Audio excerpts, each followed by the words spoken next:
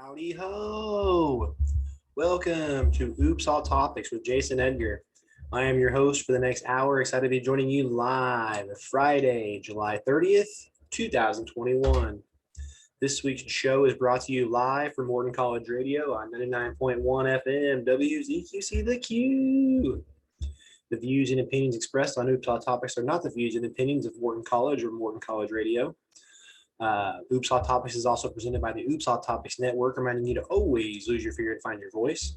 Follow or direct message me on the show at the Jedgar on Twitter and Instagram.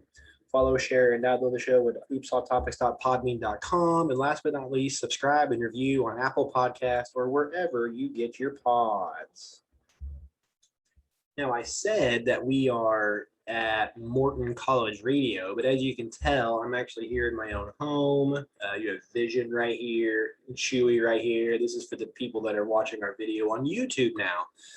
So be sure you're going to YouTube to get your Oops All Topics material. If it's hard to like go back and forth, like I think I really want to focus on the screen that has like my script on it. So you people that are seeing this on YouTube, hi, you're probably not going to get my eye contact very often. So anyways, the reason I am at home is because, well, I'm wanting to fix the sound issue that I have at Morton College Radio. Whenever I'm at Morton College Radio, it's fantastic. I love having that audience, that the radio audience. But as you all know, whenever I try to transfer that to a podcast form, it doesn't really work. So if I work at home, I can just give the audio file to Mr. Our studio manager, Neil Moss, and he can put it on whenever he wants, Thursdays at 2 or whenever it may be. And I don't get that audience with the radio at the moment. And I think that's what my big hang up is whenever I've been doing these shows at home. It's so hard for me to get the spirit up to do a radio show at home, because I know for a fact that whenever I'm recording it right now, no one's listening to it, not one person. At least in Morton College Radio, I had the 99.1 audience. So I can assume somebody's listening to it on the radio.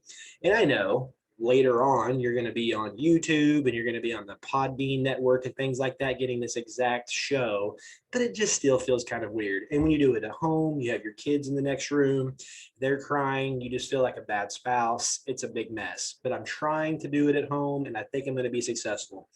And one of the reasons I'm going to be successful is I have such a strong supporting cast. And the person I'm talking about, by the way, this is our errors and omissions segment for Oops All Topics. Just big shout out to Aaron for trying to keep my spirits up whenever I'm trying to produce these shows at home.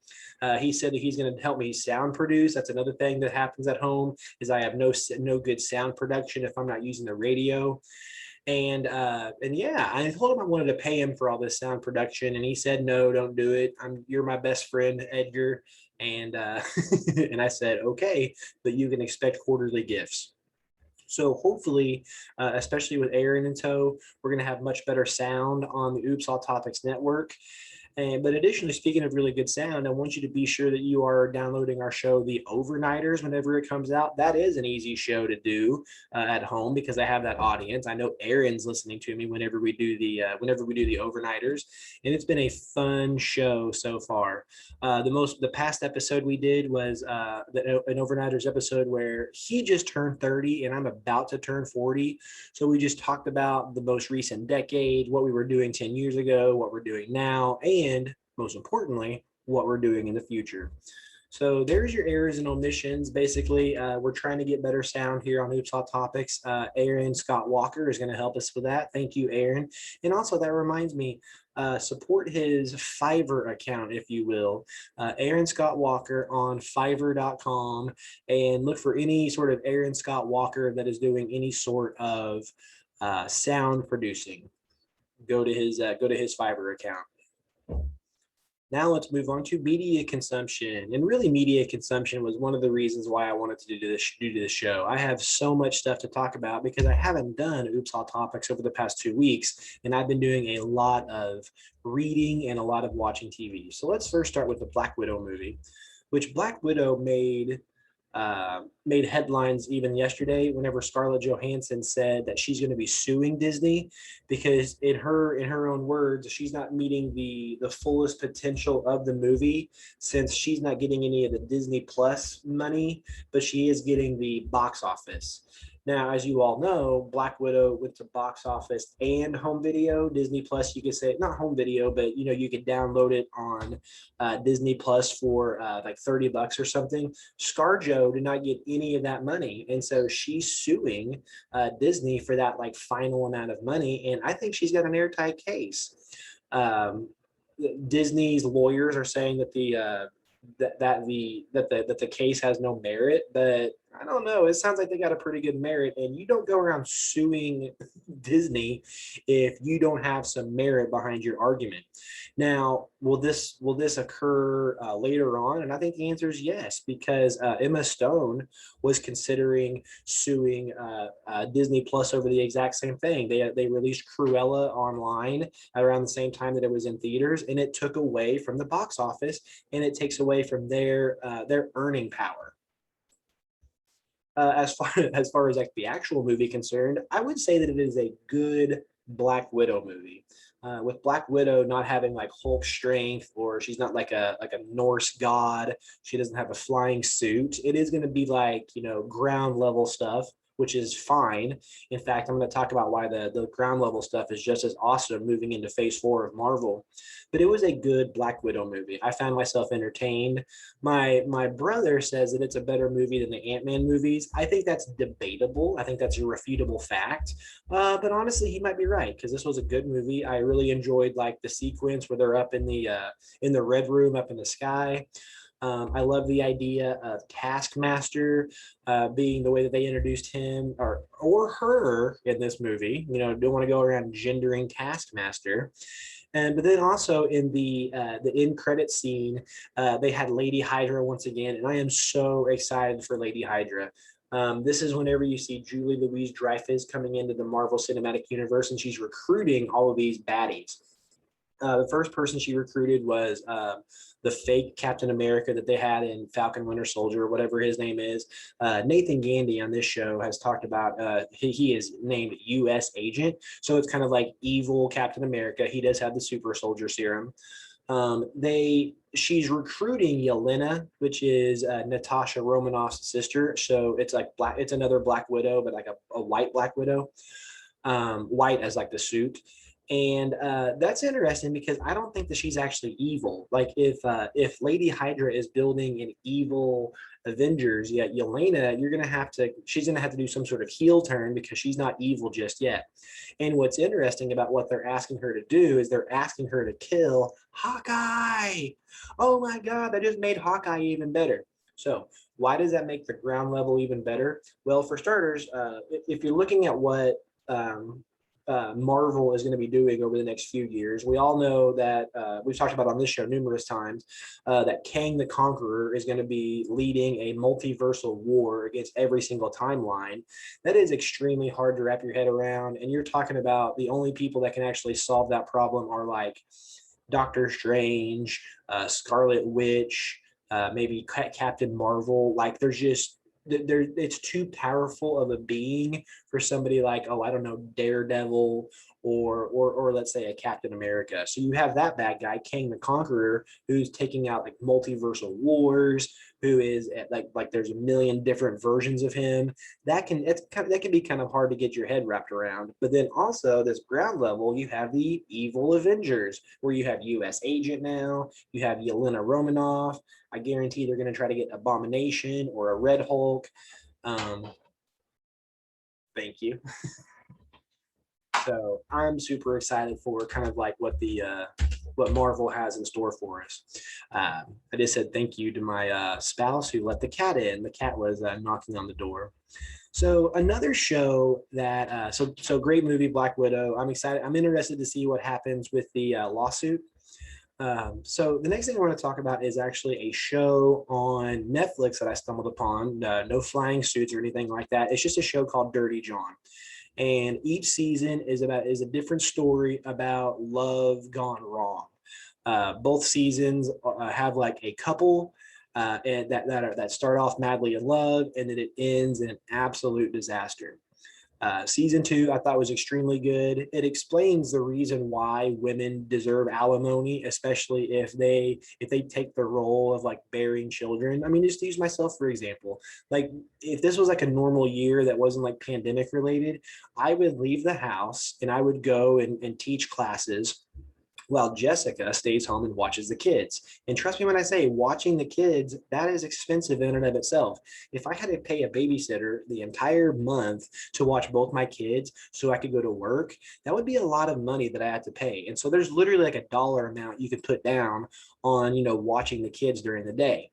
But that doesn't mean that if me and Jess ever split up, that I take her to court and try not to give her any alimony because she has lost her earning power. She can admit that. And it's not because of any sort of gender issue. It is the idea of, the cute, cuddly reason behind the gender wage gap. Some women choose to take care of the children while the man works. And what Dirty John season 2 does is it shows you like the amount of earning power that the man can have can just cripple the woman, and it's simply not fair.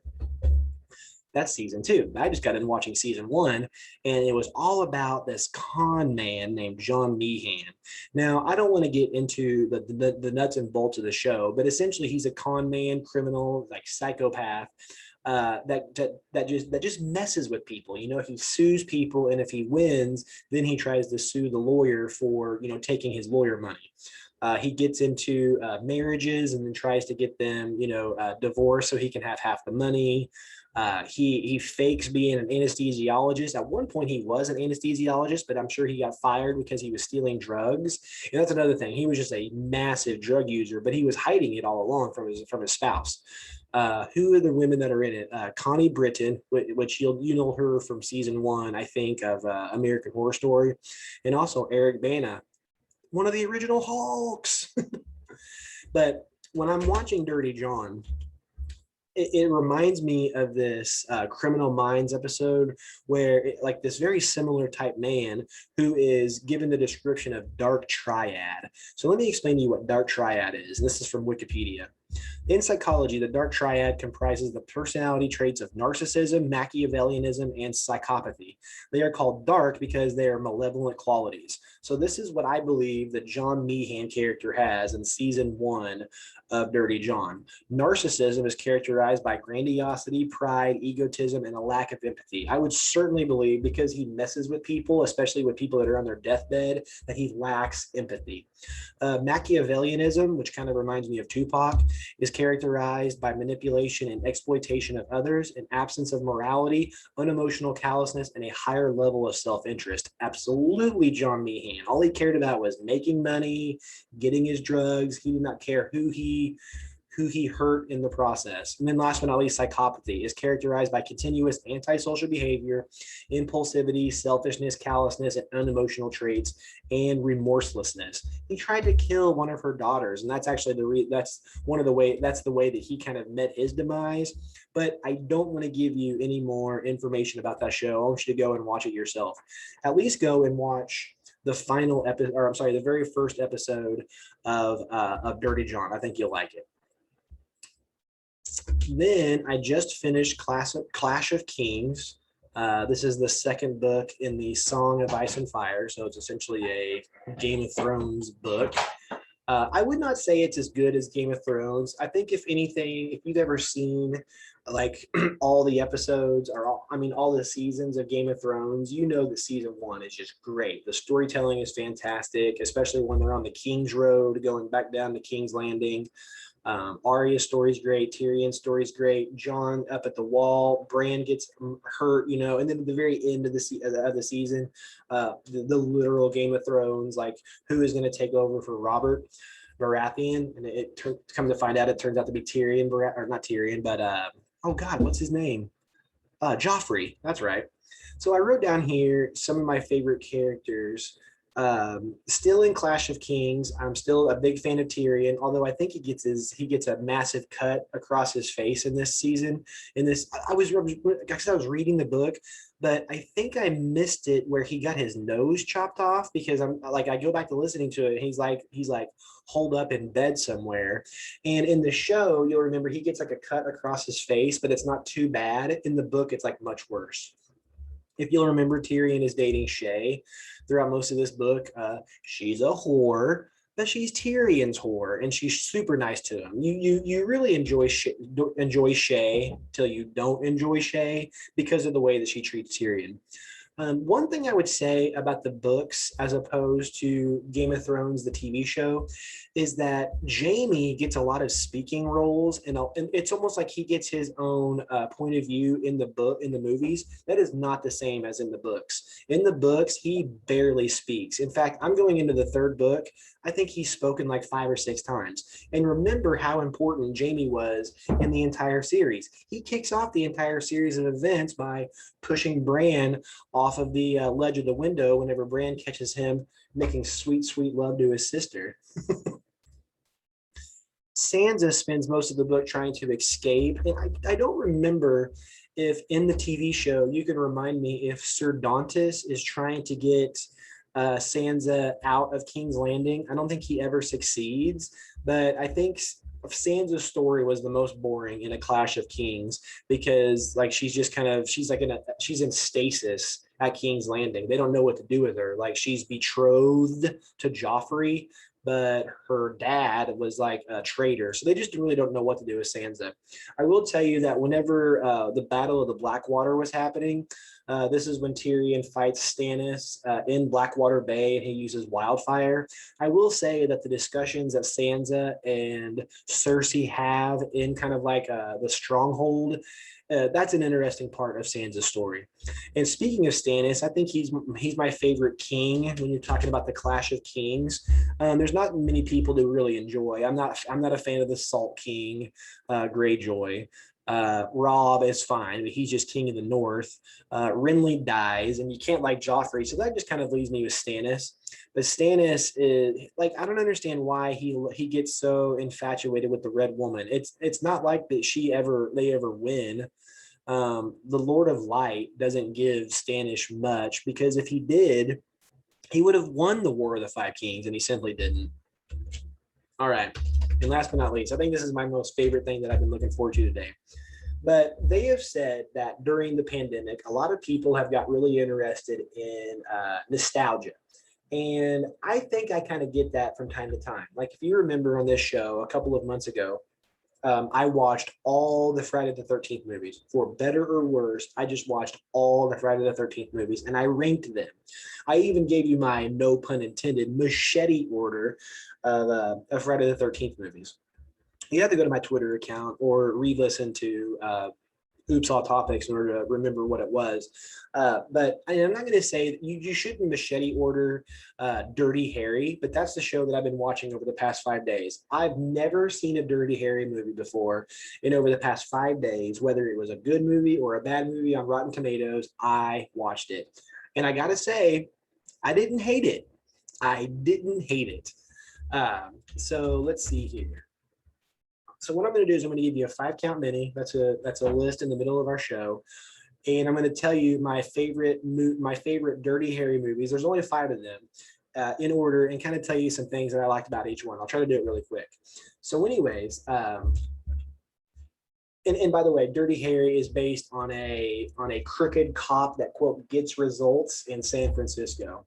But anyways, number 5 is the Deadpool. Yes, the Deadpool. It doesn't have that character in it, but Dirty Harry's name is put on a list and of people who, if they die, you get like money.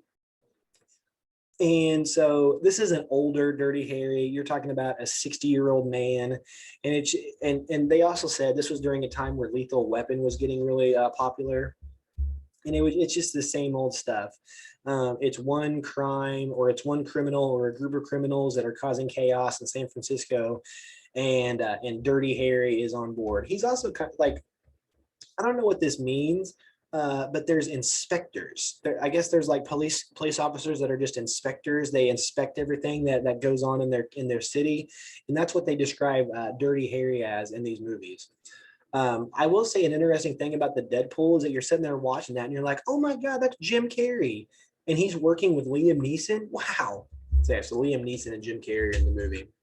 But then number 4, and this is one where like I did not like Magnum Force. For starters, what's with the name? If you watch Magnum Force, you don't really get an idea of where they're even getting that Magnum Force. He does have a I'll tell you about his gun. I think he has like a Magnum gun, and so maybe the force of the gun is the reason why they call it Magnum Force. But this was the second movie with the Dirty Harry character, and the reason that it's so low in my list, like second to worst, is not the fact that he's old in this movie, and in fact he's very Dirty Harry age, but the show doesn't make sense. Like the movie doesn't make sense. Dirty Harry is a cop that breaks the rules to get results.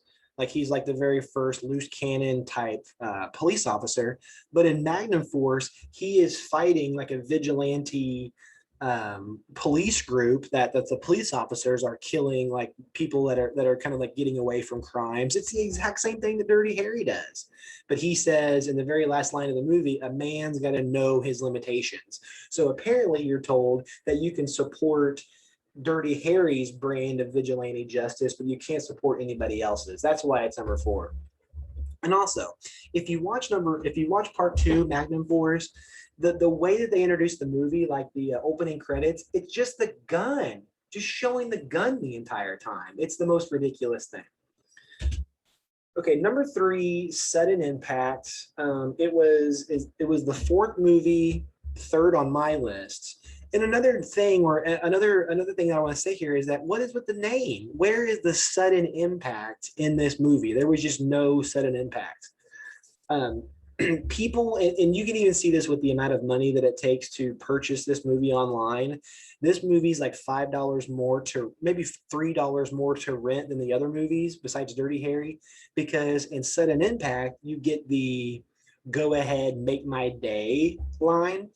And I'm going to call this Chekhov's phrase, because in 2 separate movies, he says a line at the beginning of the movie and then he uses it later in the movie. And so "go ahead, make my day" is the Chekhov's phrase in Sudden Impact.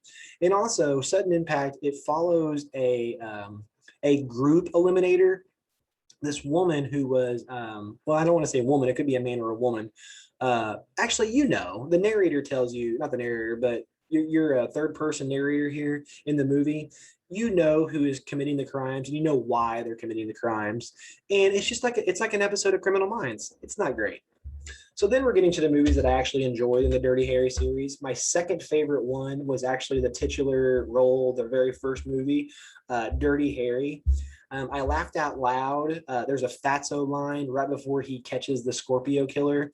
That Fatso line made me laugh out loud. Lighting back in the day was so bad. So I have a note here that says it's literally dark, but it's not like a dark noir. I guess it's considered a neo-noir type film, but it's literally dark. It's darker than that final season of Game of Thrones, the Battle of Winterfell, if you remember.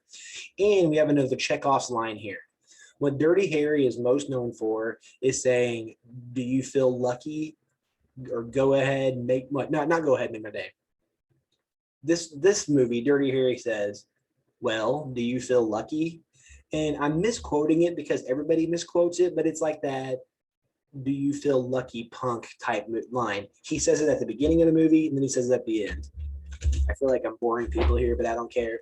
Number 1, my favorite Dirty Harry movie of all time, and I'll probably even make Aaron watch this, is The Enforcer. Even though I don't like the name, where does he get the name Enforcer? No one says the word enforcer. No one calls him an enforcer. He doesn't call his female. You're not assuming that his female partner is an enforcer.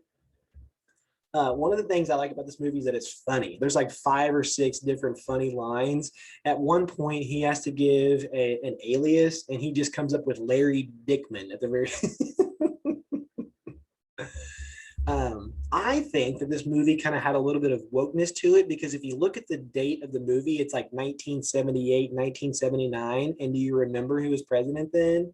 A Democrat, Jimmy Carter. One of the only times during the entire run of Dirty Harry that there was like a Democrat in office. And you can really tell in like even the enforcer. He is given a woman partner and he like argues with her the entire time. This actress's name is Tyne Daly, and she is still pumping stuff out.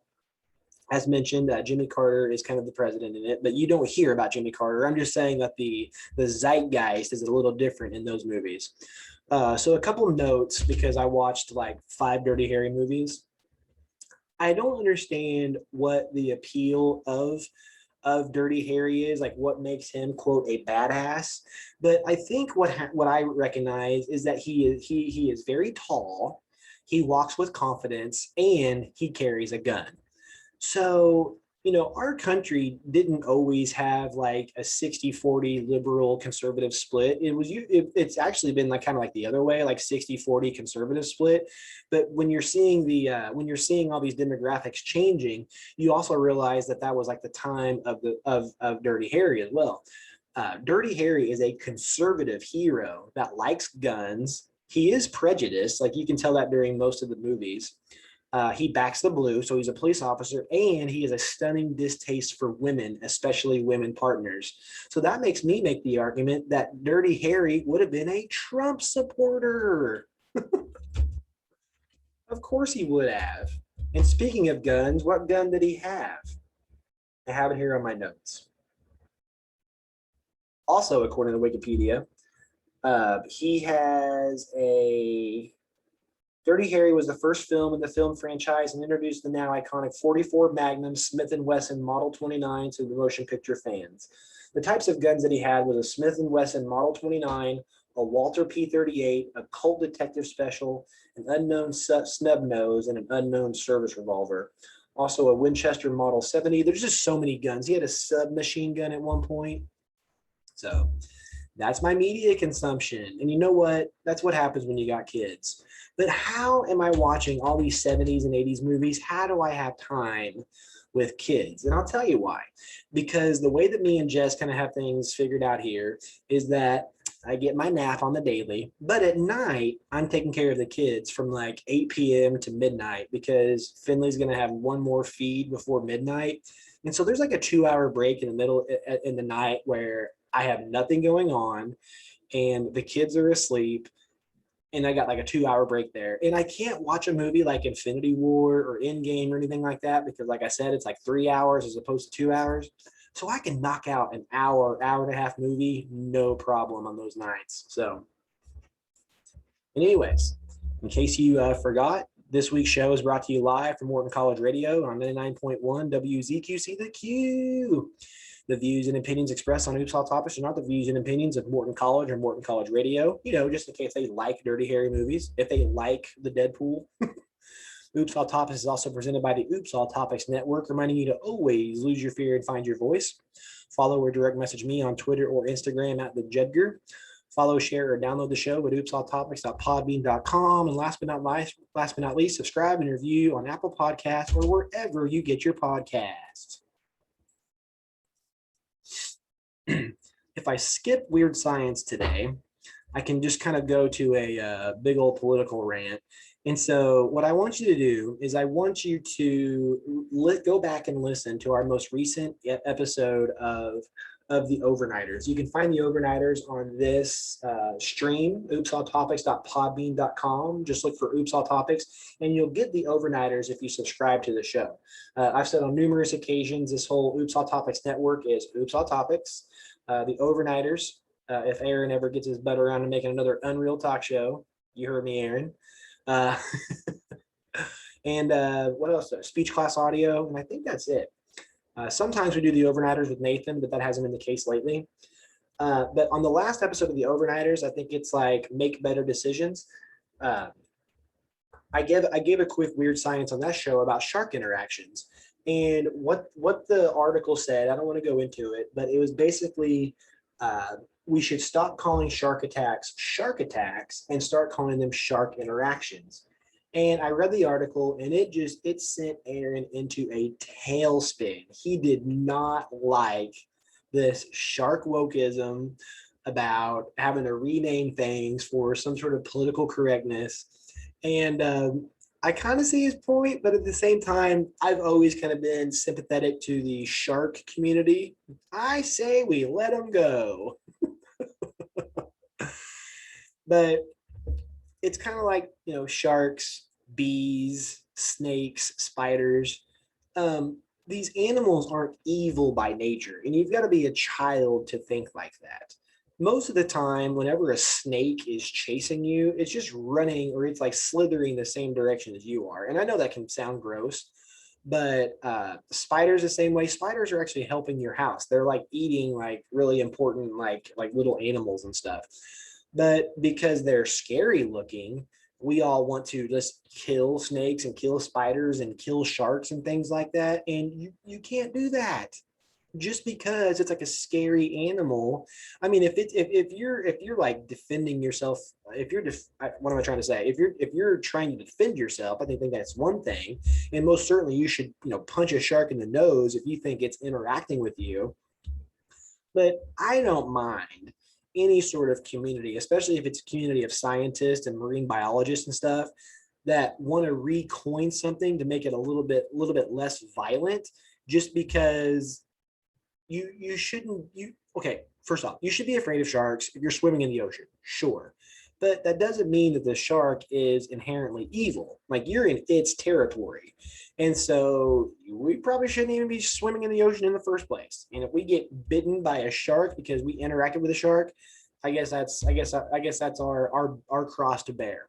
But I abstained from the article as far as like taking a hard take on the night that we did the overnighters, because I just didn't want like Aaron to like yell at me over the Zoom. So there you go, Aaron. There's your weird science. All right, let's pivot to politics. And because there's a lot going on in politics, and Trump is in the news. There's one more thing I wanted to talk about. And so we'll just kind of spend the rest of the time talking about politics, talking about Trump and Biden, because a lot of things is happening all at once. And I have a couple of notes here, so I might just do a little scattershot.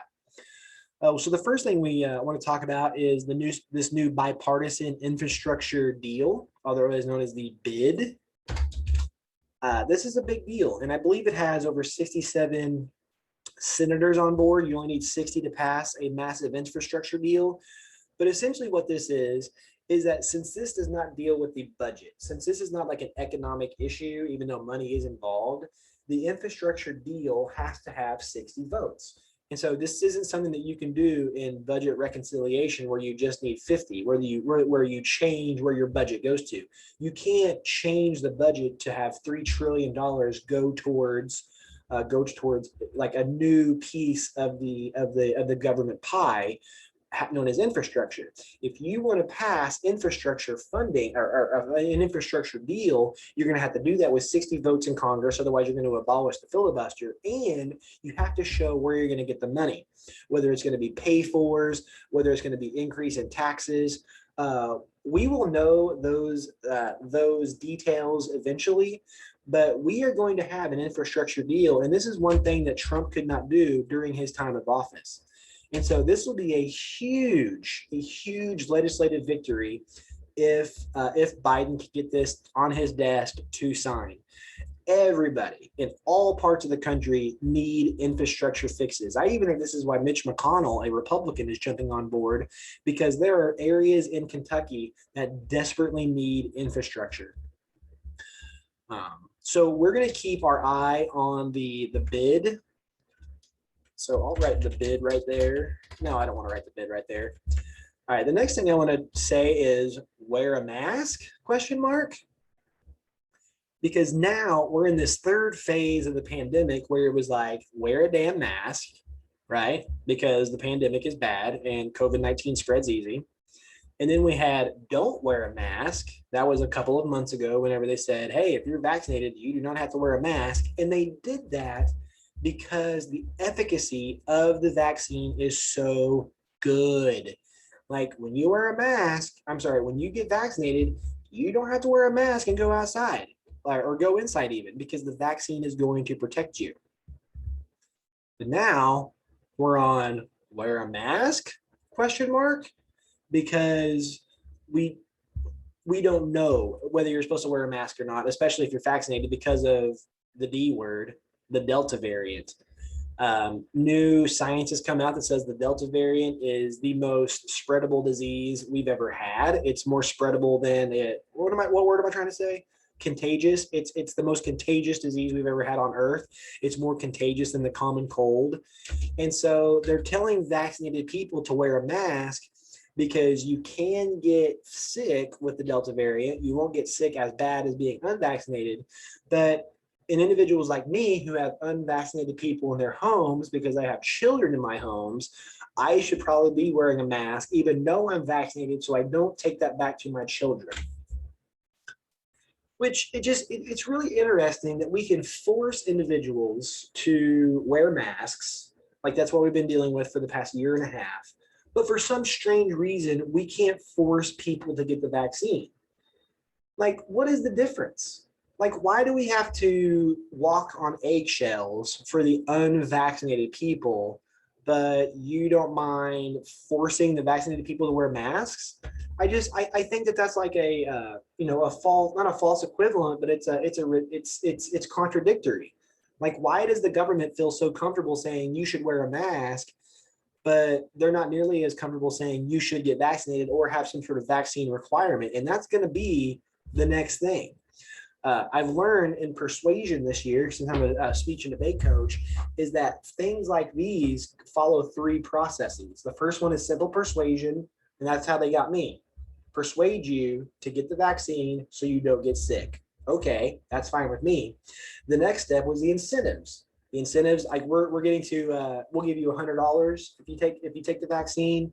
We've joked on the show about, if you get a jet ski in California if you get the vaccine.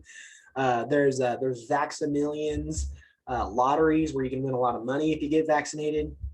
But after that, we're kind of in the middle here, is requirements, is mandates.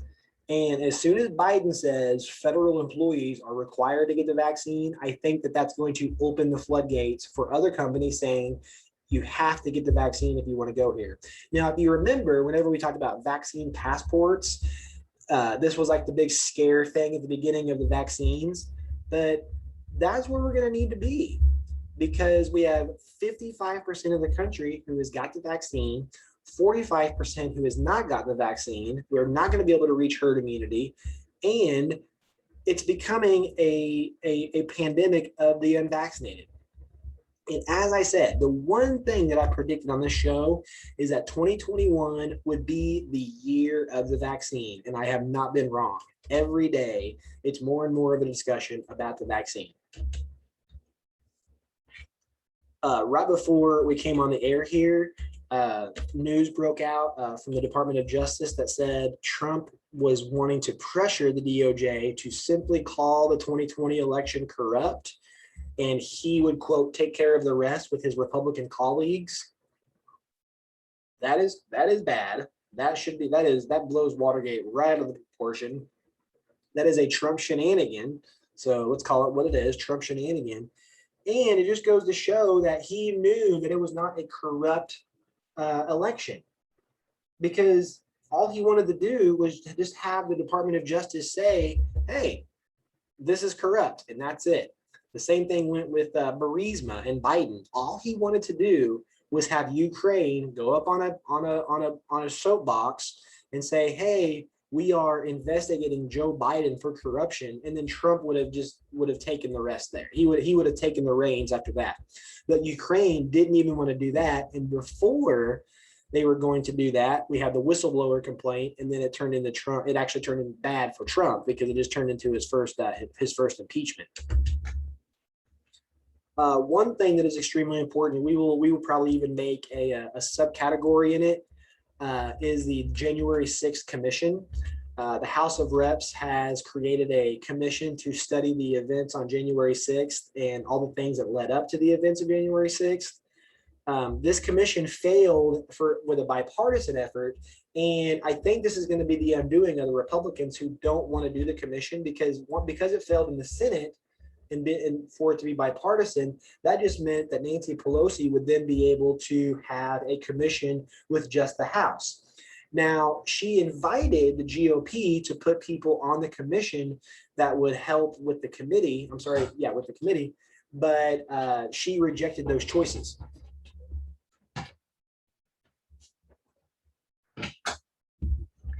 Yet another reason to not have your podcast in your house. You have to open the door for the cats all the time. But anyways, Nancy rejected those GOP members. One of them was Jim Jordan specifically. And it's because they're probably going to subpoena Jim Jordan. He spoke with Trump on January 6th. Like there was a plan to have the riot go on. The DOJ would have said it was corrupt, and individuals were from both the House and the Senate would simply say, too corrupt, we got to keep Trump in office. So because Nancy rejected those GOP seats, McCarthy went back and just said, we're going to reject all of them. And then Nancy Pelosi just said, okay, we'll take Liz Cheney. She's a Republican that does not support Trump's big lie. And also Adam Kinzinger. Adam Kinzinger has been an anti-Trump Republican from the start because he's like, this is bad for our country. And so those are the only two Republicans on the committee, but fine. It's still bipartisan. Like Cheney and Kinzinger are Republicans. And so you have a bipartisan committee that's going to study January 6th. And if Republicans are complaining that they don't have any Republicans or at least Trump supporters on the commission, so what? Like that's not how we divide up our representatives anymore. We don't divide them up as people who are pro-insurrectionist or anti-insurrectionist. And even if they did, you wouldn't put pro-insurrectionist party on the January 6th commission. One last thing before we move on, some of the scumbag Republicans that wanted to deflect or distract, this is a big red herring, from the January 6th commission, attempted to hold a press conference outside of the committee, and it had to stop because there was an errant whistler whistling so loud. He had a whistle, not whistling with his mouth, whistling with a whistle. He was doing it so loud that it halted Marjorie Taylor Greene from speaking, and it just destroyed their little meeting they were trying to have. And you know what? And speaking of which, you know what happened whenever you didn't have any sort of Trump shenanigans inside the January 6th commission committee? It was a pleasant committee. Like as far as like there were no interruptions. What they said during the committee was very terrible. It was the Capitol Police describing the things that they went through on that day. And it just goes to show that there was a bunch of Trump supporters. There was no Antifa in the melee. There were no Pelosi supporters. It was not her fault. It was totally 100% Trump supporters. You can believe your eyes on this one. You watched the January 6th events. You tell me, were there Trump supporters in that group or was it Antifa? And that leads us to our feature discussion today,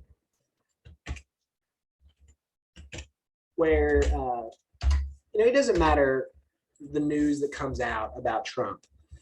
The Republicans are always going to want him to be the presidential candidate in 2024. He leads the field of Republicans for 2024, maybe because he's already been president so far. And I think you get a huge leg up from doing that. We never have that. Like typically whenever you win the presidency, you win your second term. And so you just, you ride off into the sunset like Obama and Bush and Clinton, but not Trump. Like he lost as an incumbent, and that means he gets to run again. But I don't understand why the Republican Party supports Donald Trump. Because as I'm going to tell you right now, and it's probably one of the reasons why you downloaded this show, I'm going to give you 10 truism reasons why Trump is a certified and by definition loser. Okay. Now, to be contrarian, in 2016, he won the electoral vote, which gave him the presidency. But we all know that it kind of came down to like 30,000 or 40,000 voters in the Wisconsin, Michigan, Ohio, Pennsylvania, the Rust Belt. And, just a few more tens of thousands of votes in another direction, and it would have been Hillary Clinton as president. But even then, she would have had to have dealt with like a Republican House of Reps and a Republican Senate. So it's not like we would have had anything different anyways with Hillary Clinton. So anyways, that's the one time Donald Trump won something over the past 4 years. So the one of the reasons why I believe he is a loser is because he lost the popular vote in 2016 and 2020. There's something about President Trump who is able to be a politician and never quite win a popular vote. He did not win the popular vote in 2016, and he did not win the popular vote in 2020. Additionally, as he was president, he never broke the 50% support of the country. His approval rating never went above 50%. I think the highest it ever got was 49%. Meanwhile, Joe Biden's is sitting steadily at 54%. Trump was never able to crack 50%. Biden has never able to go below 50%. So for those two reasons, that he's never won a popular vote, he's by definition a loser. Let's see here. In 2018, this was like it was the midterm election. It was the first national election that we had after Donald Trump. And what did the voters in 2018 say to Donald Trump, even though he wasn't on the ballot? They said, take a hike. We have new members like Alexandria Ocasio-Cortez. And one of my favorites that you should pay attention to, oh gosh, what's her name? She's the Illinois girl. Underwood. you can't forget that name in politics. But in 2018, it was not a win for Donald Trump because every single district in the country voted. And when it came to the House of Reps, which is a representation of kind of like the how America is feeling right now, he lost the House, which is like losing another popular vote. He lost the House, and because of that, that's when Nancy Pelosi became Speaker in 2018, and she's been Speaker ever since. He has never regained the House in an election since 2016. He also did not regain the House in 2020, so that makes him a loser as well. Remember that if he was a popular president, he would have the House of Representatives on his side throughout his presidency. But he did not have it in 2018. He didn't win the House in 2018. He did not win the House in 2020. Now, they gained seats in the House, but still, by popular vote, it was not a win. He lost. This is the reason why he's no longer president. He lost the Electoral College vote in 2020. Whenever they said Arizona went for Biden and Georgia went for Biden and Michigan went for Biden, like those three states alone sealed the deal for Joe Biden. So in the 2020 election, Trump did not win anything. He did not win the House. He did not win the Senate. That's another reason. And he lost the Electoral College vote. This is the big lie that they are perpetuating, that he actually won the Electoral College vote, even though they have no evidence to prove it. There's no fraud. There's no evidence of fraud. There might be like 5 votes that were fraudulent, and 4 of them went to Donald Trump anyways. And as I mentioned, he lost the Senate in 2020. The night of the election, it was 52-48. But remember, we had that runoff in Georgia. And at the point where he lost the Georgia runoffs, he lost the Senate. Chuck Schumer is Chuck Schumer is the Senate Majority Leader in the Senate. It is not Mitch McConnell, which means that he lost the Senate for Republicans. When he became president, he had the White House, the House of Reps, and the Senate. And by 2020, he had lost the White House, he had lost the House of Reps twice, and he lost the Senate. These are all reasons why he's a certifiable loser, and you cannot argue with these points. It's wins and losses. Much like I can't argue that the Kansas City Chiefs won the Super Bowl this year. They just didn't. It's a truism. So remember, he lost the Georgia runoffs. The reason that Warnock and Ossoff are Georgia senators is because he lost Georgia. He lost Georgia so many times. He lost Georgia the night of the election. He lost all the recounts, and he won. Like the vote for the senators, everybody in Georgia voted again, and they voted overwhelmingly for the two Democratic senators. It's one of the reasons why Biden is able to do so much right now, because Chuck Schumer is the Senate Majority Leader. 3 more reasons. He lost the Alabama Senate seat. Now, if you remember, he chose Jeff Sessions to run the Department of Justice in his first 2 years. And because of that, that opened up an Alabama Senate seat for special election. If you remember, Roy Moore was running as the Trump-supported presidential candidate, even though he was a convicted or a known child molester.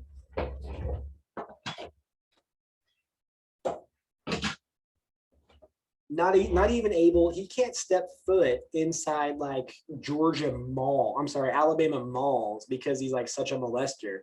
And he ran up against this guy named Doug Jones, and Doug Jones, who's a Democrat, barely won against like the child pedophile in Alabama. Now remember that. Now just think about how deeply red Alabama is. And Roy Moore lost that election. The Trump endorsed candidate lost that election. The reason I bring this up is because recently there was another special election for a rep seat in North Texas, just like a little dinky House of Rep seat up in North Texas, red. You think he's going to win that one right now? He didn't. And it wasn't necessarily a Republican versus Democrat. It was a Republican who was endorsed by Trump and a Republican who was not endorsed by Trump. And literally the Republicans supported the non-Trump supported candidate. So he lost that as well. And last but not least, this is number 10, and then you can add 63 more on there, is that he has lost every single election fraud case, 64. He may be 1 in 64, but if there's a baseball team that starts off the season 1 in 64, you don't declare that team the World Series champions. You declare them the absolute worst loser in the history of Major League Baseball. So why don't we do the same thing with Donald Trump, where he's lost election fraud cases 64 times. He's lost the White House, the Senate, the House of Reps every time he's ran it. He's lost special election seats in the House and the Senate. It's just, why this guy? Because he's racist? You can't find a racist that actually wins things? It's going to be interesting to see what happens in 2022 and 2024, because the Republican base and the conservative base is still enamored by this Trump supporter, or by this Trump guy. And I just spent 15 minutes telling you why. He loses everything. And with the amount of time I have left, let me go ahead and tell you who the sponsor of this show is. Like you will be a winner if you go to Morton College, and that's our presenting sponsor. Did you know that Morton College offers 17 associate's degrees in applied sciences, 5 transfer program degrees, and 40 career certificates, including programs like forklifting, pharmacy, welding, and vet tech, not to mention the #1 nursing program in the Chicagoland area. Morton College is also excited to offer day, evening, online, and hybrid courses during the fall, summer, and spring semester to meet the demands of your busy schedule. So whether you're looking to transfer to a 4-year school or earn credits towards a career, Morton College has the classes and schedule for you. So for more information, please call 708-656-8000, look them up on Facebook, or visit www.morton.edu. Thank you all so much for tuning in today. It's been an absolute pleasure. I'm going to sign off right now, and Aaron Scott Walker, as promised, is going to be our new sound designer, and he's going to leave you with some buttery beats right now. Take care.